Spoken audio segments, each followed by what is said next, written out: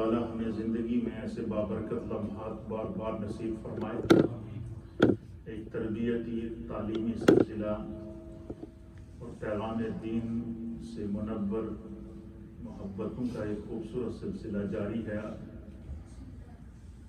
ہماری جو تسلسل تھا گفتگو کا، ان کے بیچ میں جو پاکان امت کے ایام آ جائیں تو پھر ہم اپنے ٹاپک کو چھوڑ کر اس طرف چلے جاتے ہیں، تاکہ ساتھ ساتھ حالات زمانہ اور تاریخ اسلام سے بھی ہمیں واقفیت رہے۔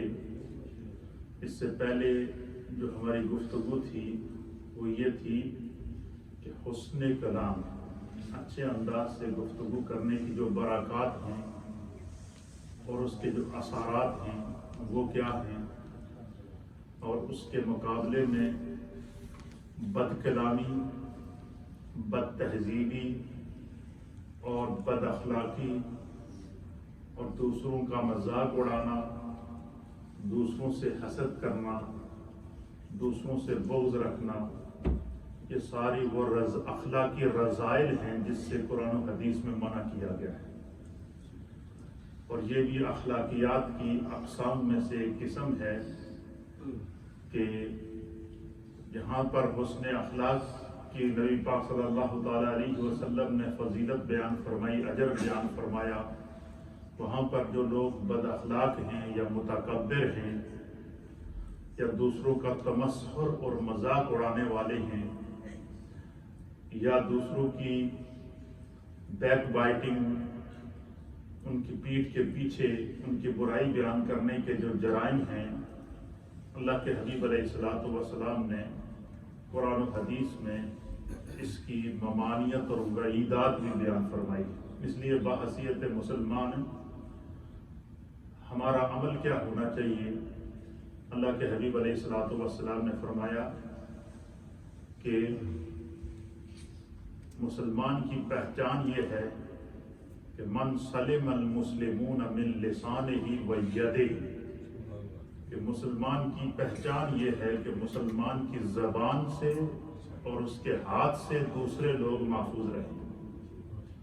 تو پتہ چلا کہ دیکھیں، تکلیف بظاہر تو یہ ہے کہ کسی کو ضرب پہنچائے یا کسی کو کوئی اذیت پہنچائے یا کسی کو کوئی جو ہے کسی پر کوئی حملہ کرے تو اذیت ہوتی ہے، لیکن یہاں آپ نے ایک چیز غور کیا ہے، امام بخاری رحمۃ اللہ علیہ نے لکھا کہ اس میں آپ اللہ کی حکمت دیکھیے، نبی پاک صلی اللہ علیہ وسلم کی حکمت دیکھیے کہ نبی علیہ السلام نے اذیت کی قسم بیان فرمائی ہے کہ دوسروں کو تکلیف پہنچانے سے حضور نے منع فرمایا ہے، اور فرمایا کہ مسلمان کی شان یہ ہے کہ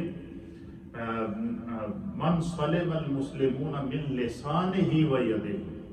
حضور فرماتے ہیں کہ آپ یہ دیکھیں کہ اللہ تعالیٰ نے زبان کا ذکر پہلے کیا ہے اور ہاتھ کا ذکر بعد میں کیا ہے۔ کسی کو اگر کوئی بندہ فزیکل طور پر اذیت پہنچائے اپنے ہاتھ کے ذریعے یا اس پر پاؤں کے ذریعے حملہ کر کے، تو یقیناً وہ اس کا حملہ وہ اس کو جا کر ٹچ کرے گا، اس کے ساتھ گس مگتھا ہوگا یا اس کے ساتھ جو ہے وہ اس کی لڑائی ہوگی، تو ایک دوسرے کو وہ اذیت پہنچا سکیں گے۔ لیکن زبان ایک ایسا تیر ہے کہ زبان سے نکلا ہوا جو بد اخلاقی کا پہلو ہوتا ہے یا غالب گلوچ کا پہلو ہوتا ہے یا دوسروں کے ساتھ بدتمیزی اور بد تہذیبی اور بد کلامی کا پہلو ہوتا ہے، یہ تیر سے بھی زیادہ تیز انسان کو ہٹ کرتا ہے۔ اس لیے کسی عربی شاعر نے کہا ہے کہ تلواروں اور تیروں اور بھالوں کے لگائے ہوئے جو زخم ہوتے ہیں وہ تو مندمل ہو جاتے ہیں، چڑھ جاتے ہیں، لیکن زبان سے لگایا ہوا زخم کبھی نہیں بڑھتا۔ اس لیے حضور نبی علیہ الصلوۃ والسلام نے فرمایا کہ جس کو زبان سے اذیت پہنچاؤ تو اس سے زبان سے پھر معافی مانگو، اسی زبان سے اس دکھ کا مداوع کرو۔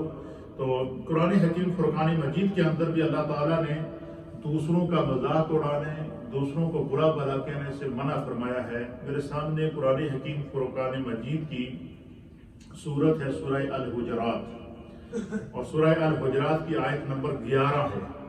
اس میں اللہ رب العالمین نے ارشاد فرمایا یا ایھا الذین آمنوا، اے ایمان والو۔ اب یہاں پر خاص اس سورہ حجرات کی آیت نمبر 11 کے اندر خاص اللہ تعالیٰ نے اسپیسک ایمان والوں کا نام لے کر ان کو مخاطب کیا. پتہ چلا کہ یہ جو پیغام اللہ کی طرف سے مومنین کے لیے آ رہا ہے یہ خاص اہل ایمان کے لیے اللہ نے بیان فرمایا ہے. کیوں؟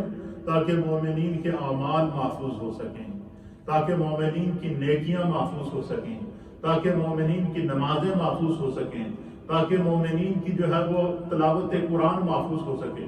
آپ نے دیکھا نا اللہ تعالیٰ نے قرآن کریم فرقان مجید میں فرمایا کہ ان الصلاۃ تنہا عن الفحشاء والمنکر. فرمایا جڑا بندہ نماز دا پابند ہو جائے اللہ تعالیٰ اس کو بے حیائی تے بری باتوں کو روک دیتا ہے. تو پتہ چلا بے حیائی اور بری باتیں کہاں سے ہوتی ہیں؟ یہ زبان کے ذریعے انسان تک پہنچتی ہیں، دوسروں تک پہنچتی ہیں، زبان کے ذریعے دوسروں سے تکلیف ہوتی ہے. اور یہ زبان ایک ایسا اس کے اندر پورا ایک باب آپ قرآن و حدیث کے اندر ہمارے محدثین نے باندھا ہے. اس کو حفظ اللسان کے نام سے احادیث میں باب باندھے گئے. حفظ اللسان کا معنی ہے زبان کی حفاظت کرنا. فرمایا جس شخص نے اپنی زبان کی حفاظت کی اس نے اپنے ایمان کی حفاظت کی. جس نے اپنی زبان کی حفاظت کی اس نے اپنے اعمال کی حفاظت کی. جس نے اپنی زبان کی حفاظت کی اس نے اپنے کردار کی حفاظت کی. جس نے اپنی زبان کی حفاظت کی اس نے اپنی گفتار کی حفاظت کی. تو اس لیے اللہ تعالیٰ یہاں فرماتا ہے سورہ حجرات کی آیت نمبر 11 کے اندر یا ایھا الذین آمنوا، اے ایمان والو، لا یسخر قوم من قوم، یا یسخر قوم من قوم، کہ اے ایمان والو کوئی بھی قوم کسی دوسری قوم کا مذاق نہ اڑائے. یسخر کا معنی ہے تمسخر اڑانا، مذاق اڑانا، دوسروں کو حقیر سمجھنا، دوسروں کو کم تر سمجھنا. جیسا کہ ہمارے لوگوں کے اندر ایک ہی بیماری سب سے بڑی بیماری یہ پائی جاتی ہے کہ بعض لوگ قومیت کے بنا پر دوسروں کو حقیر سمجھتے ہیں. جی فلانا ذات نہ تعلق رکھتا ہے، فلانا فلانی ذات نہ تعلق رکھتا ہے. کئی لوگ تو اس طرح کرتے وہ جی اس کی گل کرتے وہ تو ہے ہی کمی ہے، اس طرح کی گل کرتے ہیں نہیں کرتے. یہ باقاعدہ یہ ہم لوگوں کے اندر مجھ سمیت ہم میں ہر ایک کے اندر یہ ایپ پائے جاتے ہیں. کوئی ہم میں سے فرشتہ نہیں ہے لیکن یہ ایک ایپ اجتماعی طور پر امت کے اندر پایا جاتا ہے کہ وہ قومیت کی بیس پر دوسروں کا مذاق اڑاتے ہیں.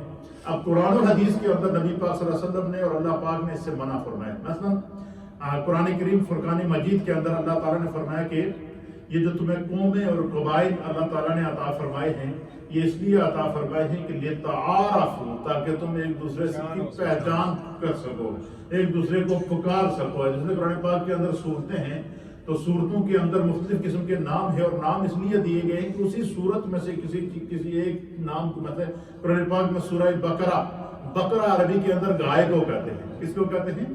البقرہ. یہ قرآن پاک کی دوسری صورت ہے سورہ بقرہ جس کو کہتے ہیں. اور بقرہ اس عربی میں گائے کو کہتے ہیں. اور سورہ بقرہ کا نام بقرہ کیوں ہے؟ اس میں بنی اسرائیل کی گائے کا بار بار ذکر آیا. سورہ بقرہ اس لیے کہ پہچان ہو سکے کہ یہ وہ صورت ہے جس میں بنی اسرائیل کی گائے کا ذکر ہے. اسی طریقے سے سورہ بنی اسرائیل ہے. سورہ بنی اسرائیل کے اندر قوم بنی اسرائیل کا بار بار ذکر آتا ہے. قوم موسیٰ علیہ السلام کا بار بار ذکر آتا ہے. اس لیے اس سورت کا نام بنی اسرائیل رکھ لیا تاکہ پڑھنے اور سننے والے کو سمجھ میں آ جائے کہ یہ سورت کے اندر کا. اسی طریقے سے جو اللہ تعالیٰ نے ہمیں قومیں عطا فرمائی ہیں، قبائل عطا فرمائی ہیں، نسلیں عطا فرمائی ہیں، یہ جو ہے یہ فرمائے لتعارفوا، یہ تمہاری پہچان کے لیے ہیں. اور پھر اللہ تعالیٰ نے قرآن حکیم فرقان مجید میں دوسرے مقام پر فرمایا کہ ان اکرمکم عند اللہ اتقاکم. فرمایا کہ اللہ کے نزدیک عزت والا وہ نہیں کہ جوڑا بڑا سردار یا بڑا چودھری ہوئے. اللہ کے نزدیک عزت والا وہ نہیں جس کا بڑا قبیلہ ہوئے. اللہ کے نزدیک عزت والا وہ نہیں جس کی بڑی برادری ہوئے. اللہ کے نزدیک عزت والا وہ نہیں جس کے کوئی بڑا اقتدار اور اختیار ہوئے، بلکہ ان اکرمکم عند اللہ اتقاکم. اللہ کے نزدیک سب سے زیادہ عزت والا وہ شخص ہے الذی اتقاکم، جڑا سب سے زیادہ متقی ہوئے، جڑا سب سے زیادہ پرہیزگار ہوئے. جس کی زبان بھی محفوظ ہوئے، جس کا عمل بھی محفوظ ہوئے، جس کا سجدہ بھی محفوظ ہوئے، جس کا قیام بھی محفوظ ہوئے، جس کا رکوع بھی محفوظ ہوئے، جس کا اٹھنا اور بیٹھنا محفوظ ہو۔ فرمایا جو شخص اپنے اعمال کی حفاظت کرتا ہے، اپنے کردار کی حفاظت کرتا ہے، اپنے اخلاق کی حفاظت کرتا ہے، اور اپنی زبان سے اور اپنے عمل سے کسی دوسرے کو نقصان نہیں پہنچاتا، بلکہ ہر وقت خوف خدا اس کے اوپر، تقوی کا نور اس کے اوپر طاری رہتا ہے، فرمایا خدا دے نزدیک اس دی عزت سب تو بڑی، اس دا قبیلہ سب تو بڑا قبیلہ ہے، اس دی عزت سب تو بڑی عزت ہے۔ اس لیے فرمایا کہ یہ جو قومیت کی بیس کے اوپر، یا اقتدار اور اختیار کے بیس کے اوپر، یا قبائلی بیس کے اوپر دوسروں کو حقیر سمجھنا، دوسروں کا مذاق اڑانا، اس سے قرآن نے منع کیا ہے۔ اور سورہ الحجرات میں اللہ فرماتا ہے یا ایھا الذین آمنوا لا یسخر قوم من قوم، کہ اے ایمان والے کوئی قوم کسی دوسری قوم کا مذاق نہ اڑائے۔ کیوں نہ اڑائے؟ اس کی وجہ کیا ہے؟ اللہ تعالیٰ آگے اس کی علت بھی بیان فرماتا ہے، سبب بھی بیان فرماتا ہے۔ وجہ کیا ہے؟ فرمایا ان یکونوا خیرا منہم، کی پتا جس کا تسی مذاق اڑا رہے ہو اللہ کے نزدیک تھوڑے کو وہ بہتر ہوئے۔ اب یہ قرآن نے کیا کر دیا؟ وہ معیار بتا دیا کہ جس کا تم قومیت کی بیس کے اوپر، یا جس کا تم ذات کی بیس کے اوپر، یا جس کا تم اقتدار اور دولت کے نشے کے اندر، یا جس کا تم سوسائٹی اور اپنی تعداد اور اکثریت کی بنا کے اوپر مذاق اڑا رہے ہو، ان یکونوا خیرا منہم، کیا پتا کہ وہ تم میں سے اللہ کے نزدیک بہتر ہو۔ اس لیے فرمایا کہ لا یسخر قوم من قوم، کوئی قوم کسی دوسری قوم کا مذاق نہ اڑائے۔ پھر اسی طریقے سے اچھا آپ نے دیکھا ہوگا کہ اکثر خواتین کی یہ عادت ہوتی ہے کہ وہ مردوں سے بھی 2-4 ہاتھ آگے ہوتی ہے، دوسروں کا مذاق اڑانے میں، تمسخر اڑانے میں۔ 2-4-5 جب ایک جگہ جمع ہو جائے تو جب تک وہ غیبت نہیں کریں گی، دوسروں کو برا بلا نہیں کہیں گی، تو اس وقت تک نہ تو روٹی ہضم ہوگی اور نہ ہی سکون آئے گا۔ اب یہاں اسی آیت کا اگلا حصہ، پہلا ایسا کیا فرمایا اللہ نے؟ فرمایا کوئی قوم کسی قوم کا مذاق نہ اڑائے، ان یکونوا خیرا منہم، کیا پتہ وہ تم سے بہتر ہو۔ ولا نساء من نساء، نہ کوئی عورت کسی عورت کا مذاق اڑائے۔ اب حالانکہ پہلی قوم من قوم میں مرد اور عورت دونوں آ چکے تھے، لیکن پھر اللہ تعالیٰ نے خاص طور پر خواتین کو اس کے اندر کیا کیا ہے؟ مینشن کیا ہے خواتین کو باقاعدہ۔ نساء کا لفظ نساء، ولا نساء من نساء عسى ان یکن خیرا منہن، کیا پتا جڑیاں عورتاں، جڑیاں بیویاں، جڑیاں ماواں، جڑیاں بہناں دوسریاں کا مذاق اڑا رہی ہیں، جنہاں کا تسی مذاق اڑا رہے ہو، اللہ فرماتا ہے کہ پتا تھوڑے نزدیک اللہ کے نزدیک وہ تم سے بہتر ہو۔ تو مردوں کو بھی منع کر دیا، الگ قوم من قوم کہہ کے، عورتوں کو نساء من نساء کہہ کر کے دونوں کو اللہ نے الگ الگ مینشن کر دیا کہ کوئی کسی کا ذات کی بنا کے اوپر، یا اپنے دبدبے اور روب کی بنا کے اوپر، یا اقتدار۔ اچھا یہ ہمارے یہاں اکثر بیماری یہ پائی جاتی ہے، مثلا کوئی بندہ کسی منصب پر پہنچ جائے، کسی عہدے پر پہنچ جائے، کوئی کہیں بڑا افسر لگ جائے، تو سب تو پہلے پوچھتا جی تھوڑی کی ذات ہے، یہ ہم پوچھتے ہیں ایک دوسرے سے۔ پھر اس بنا پر کیا کرتے ہیں لوگ؟ ایک دوسرے سے دوستی کرتے ہیں۔ اس چیز سے قرآن نے کہا کہ یہ سب سے بڑا رشتہ کیا ہے؟ اسی آیت کے اندر آگے آئے گا۔ سب سے بڑا رشتہ کیا ہے؟ فرمایا سب سے بڑا رشتہ یہ ہے، یہ ایمان کا رشتہ ہے۔ بندے کا جس کے اندر ایمان کی دولت موجود ہے، فرمایا اور نیک ہے، صالح ہے، اس کے اندر غیبت اور حسد نہیں ہے۔ میں نے کئی دفعہ آپ کے سامنے یہ حدیث بیان کی کہ نبی علیہ الصلوۃ والسلام کی بارگاہ لگی تھی، تو ایک صحابی رسول حضرت عبداللہ ابن عمر وہ نبی علیہ السلام کی بارگاہ میں بیٹھے تھے، وہ بیان کرتے ہیں، کہتے ہیں کہ سرکار اس طرح صحابہ اکرام حضور کے سامنے بیٹھے تھے، تو سامنے سے ایک شخص تشریف لائے جو بظاہر اجنبی تھا۔ بظاہر وہ شخص کیا تھا؟ ہم میں سے کوئی بھی اس کو صحابہ حضرت عبداللہ بن عمر کہتے ہیں نہیں جانتے، کیونکہ جب سرکار کے دور صلی اللہ علیہ وسلم کی ملاقات کے لیے دوسرے دیہاتوں سے، دوسرے لوگوں سے، عرب سے کے باہر سے بھی لوگ آپ سے ملاقات کے لیے آتے تھے، تو ایک شخص بڑا سامنے سے آیا نا، تو جیسے ہی اللہ کے حبیب علیہ الصلوۃ والسلام نے اس پر نظر پڑی نا، حضور نے فرمایا جڑا شخص سامنے تو آ رہا نا، جس نے دنیا میں چلتا پھرتا جنتی دیکھنا ہو وہ آ رہا ہے۔ اب مجھے بتائیں کتنا بڑا مقام ہے اس شخص کا، کتنا بڑا اعزاز اور کتنی بڑی عزت ہے۔ سرکار نے فرمایا وہ جڑا شخص سامنے تو آ رہا نہیں، جس نے دنیا میں چلتا پھرتا جنتی دیکھنا ہو وہ آ رہا ہے۔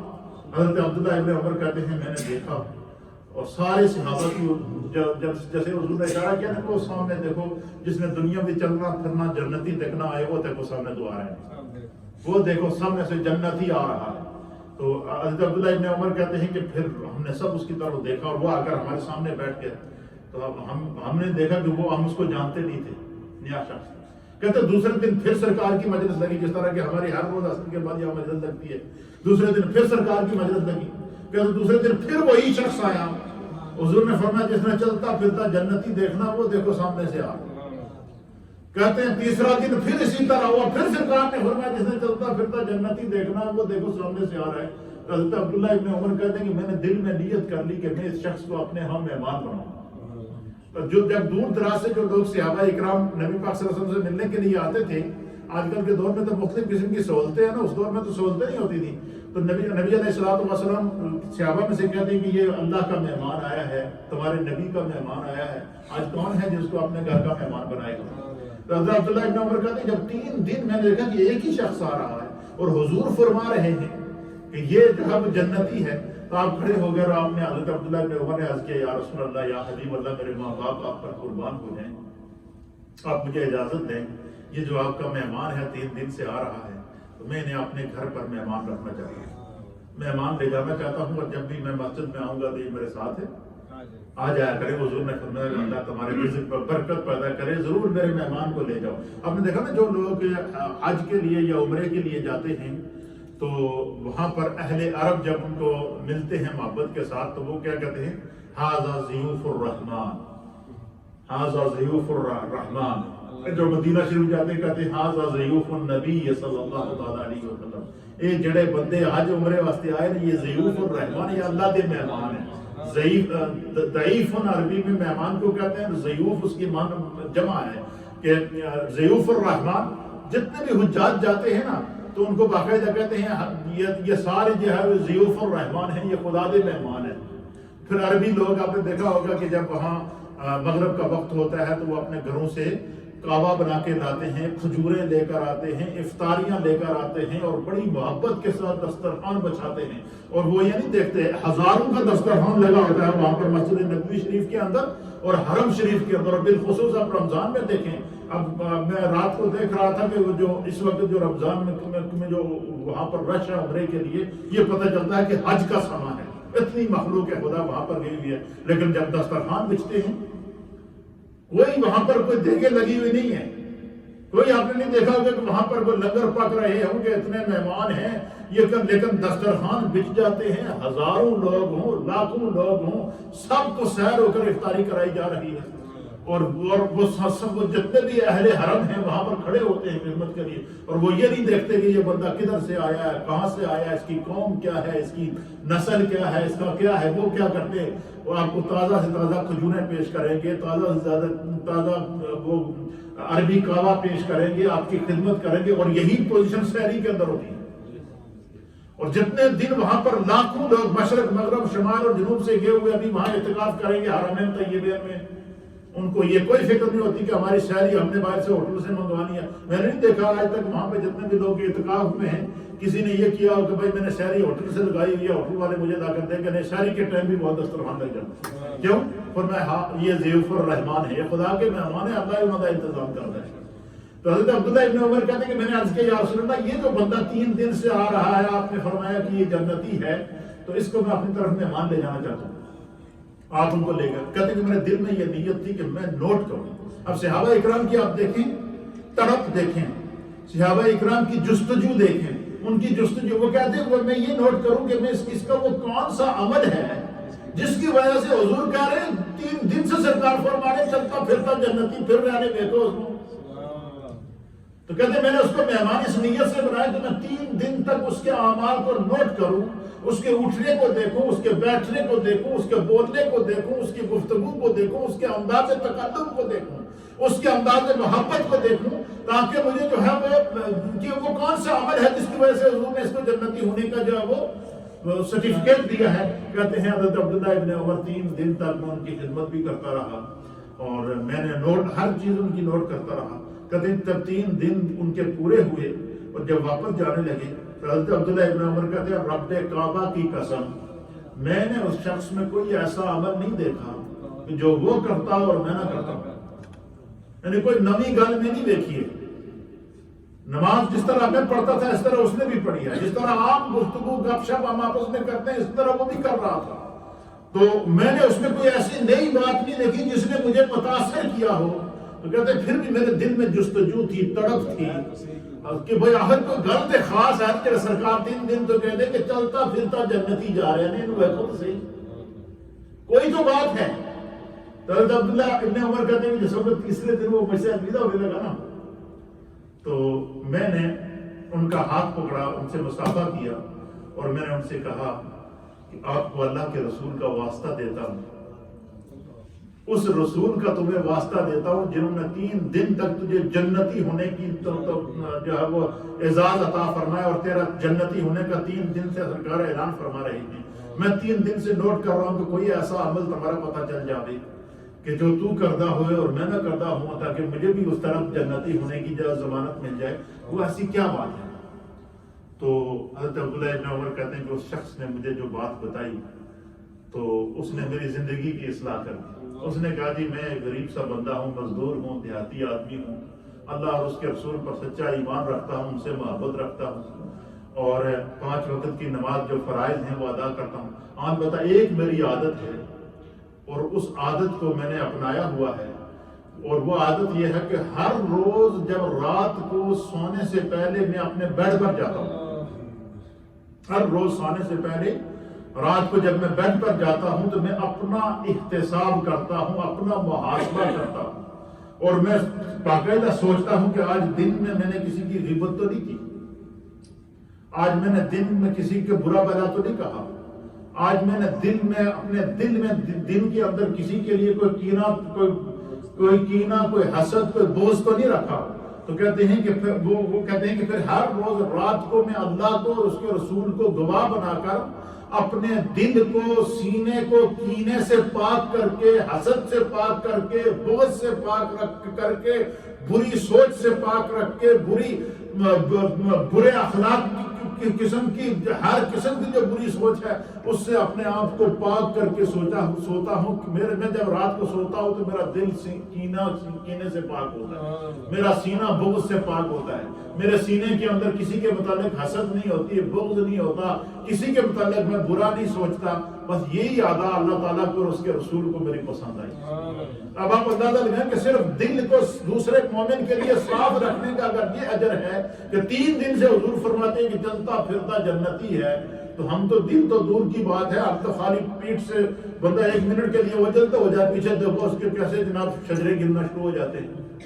یہ وہ اخلاقی کمزوریاں ہیں, یہ وہ اخلاقی رذائل ہیں جو ہمارے اعمال کو ضائع کر دیتے ہیں اور ہمیں پتہ ہی نہیں ہوتا.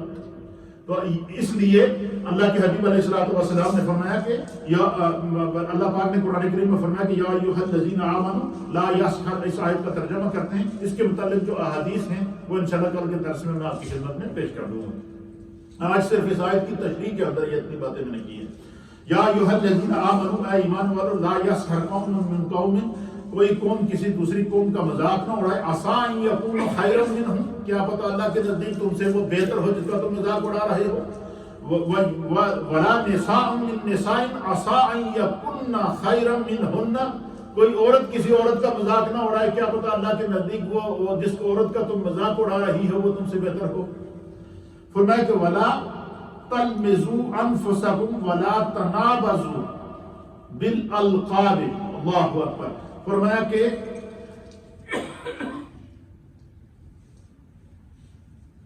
سبحان اللہ وبحمدہ سبحان اللہ العظیم. فرمایا کہ کوئی بھی کسی دوسرے کا عیب نہ نکالے. ہمارے ہاں سب سے بڑی بات ہوتی ہے وہ عیب نکالتے ہیں دوسروں کا، جی دیکھو جی فلانا بندہ ایسا ہے جی، یا قدر کی بنا پر عیب نکالیں گے، یا کوئی بندہ کسی کو جو اللہ کی طرف سے کوئی آزمائش آ گئی، یا وہ اس کے چلنے پھرنے، اس کے کھانے پینے کے اندر فرق آ گیا، اٹھنے بیٹھنے کے اندر فرق آ گیا، تو ہم کیا کرتے ہیں؟ دوسروں کا مذاق اڑاتے ہیں۔ فرمایا کہ کسی بھی انداز سے کوئی بھی اپنے مومن بھائی کا نہ مذاق اڑائے، نہ عورتیں دوسروں کی مذاق اڑائے، نہ اپنے مومن بھائی اور بہن کا عیب نکالو۔ کیوں؟ فرمایا کہ بالکل کسی دوسرے کا عیب نہ نکالو، اور نہ کسی کو برے القاب سے پکارو، برے القاب سے بھی کسی کو نہ پکارو، قرآن نے اسے منع کیا ہے۔ فرمایا کہ نہ کسی پر عیب لگاؤ، نہ دوسرے کو برے القاب سے پکارو، اور ایمان کے بعد برا نام رکھنا سب سے بڑا گناہ ہے۔ فرمایا کہ جو بندہ مومن ہے اور دوسرے کا نام بگاڑے اور دوسروں سے حسد کی بنا پر لوگوں کا اس کو جو اصل نام ماں باپ نے رکھا ہوا وہ اس کو اس نام سے نہیں پکارتا، بلکہ اس کے عیب نکال کر اس کو اس نام سے پکارتا ہے۔ مثلا بعض لوگ کہتے ہیں دیکھو کہ فلانا تو ہے ہی لنگڑا ہے، فلانا تو ہے ہی گنگا ہے، فلانا تو ہے ہی جو وہ ٹنڈا ہے، اس طرح کے مذاق کرتے ہیں نہیں کرتے؟ یہ قرآن نے اسے منع فرمایا کہ یہ اللہ کی طرف سے اس کو آزمائش ہے، اور کیا پتہ یہی چیز اس کی بخشش کا ذریعہ ہو۔ اس لیے فرمایا کہ اللہ انسان کو جس حال میں رکھے اسے خدا کا شکر ادا کرنا چاہیے، نہ دوسروں کا مذاق اڑائیں اور نہ دوسروں کو برے القاب سے پکارے، نہ ایک دوسرے پر عیب لگاؤ۔ فرمایا کیوں؟ کہ ایمان کے بعد، بندہ مومن کے بعد سب سے برا کام جو اللہ کو انسان کا مومن کا سب سے برا کام جو اللہ کو ناپسند ہے وہ کیا ہے؟ فرمایا کہ دوسروں کے ناموں، دوسروں کو برے ناموں سے پکارنا، برے ناموں سے پکارنے سے بھی قرآن نے منع کیا ہے۔ فرمایا کہ جو ایک دوسرے کی فرمایا کہ اس طرح کے ناموں سے، اور فرمایا کہ جو لوگ دوسروں کو اس طرح کے القابات برے ناموں سے پکارے اور توبہ نہ کریں، اللہ کے نزدیک وہ بہت بڑے ظالم ہیں۔ یہ صرف ترجمہ میں نے آپ کی خدمت میں پیش کیا سورہ حجرات کی آیت نمبر 11 کا۔ اب اس کے مطابق جو مفسرین نے احادیث لکھی ہیں اس پر انشاءاللہ العزیز کل ہم گفتگو کریں گے۔ اللہ تعالیٰ ہمیں دین کو سمجھنے کی توفیق عطا فرمائے۔ یہ سارے وہ اخلاقی رذائل ہیں جن کو سمجھنا ضروری اور لازمی ہے۔ اللہ تعالیٰ لا الہ الا اللہ الا اللہ الا اللہ لا الہ الا اللہ الا اللہ الا اللہ لا الہ الا اللہ الا اللہ الا اللہ لا الہ الا اللہ الا اللہ الا اللہ لا الہ الا اللہ محمد رسول اللہ صلی اللہ تعالی علیہ وآلہ وسلم۔ اللہ اللہ اللہ اللہ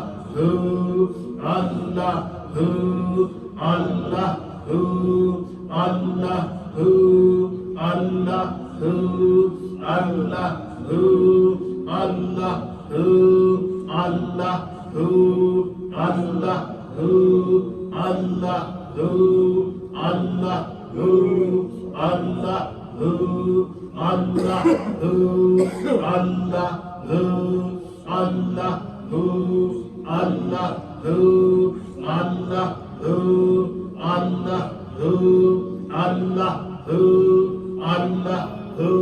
اللہ اللہ اللہ اللہ جل جلالہ۔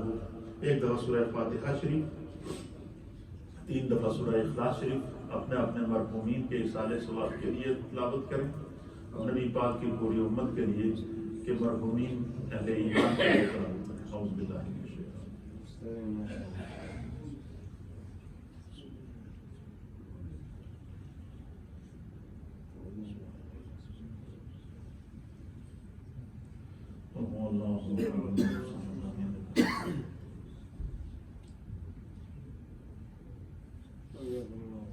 اللہ احد اللہ الصمد لم یلد ولم یولد ولم یکن لہ کفوا احد۔ عشرۂ مغفرت ہے، میرے ساتھ مل کر کلمہ استغفار کی تلاوت کریں۔ أستغفر الله ربي من كل ذنب وأتوب إليه. أستغفر الله ربي من كل ذنب وأتوب إليه. أستغفر الله ربي من كل ذنب وأتوب إليه. أستغفر الله ربي من كل ذنب وأتوب إليه. ہمارے بھائی راشد ان کی والدہ بیمار ہیں، اللہ تعالیٰ ان کے لیے خاص دعا کریں، اللہ تعالیٰ ان کو شفا عطا فرمائے.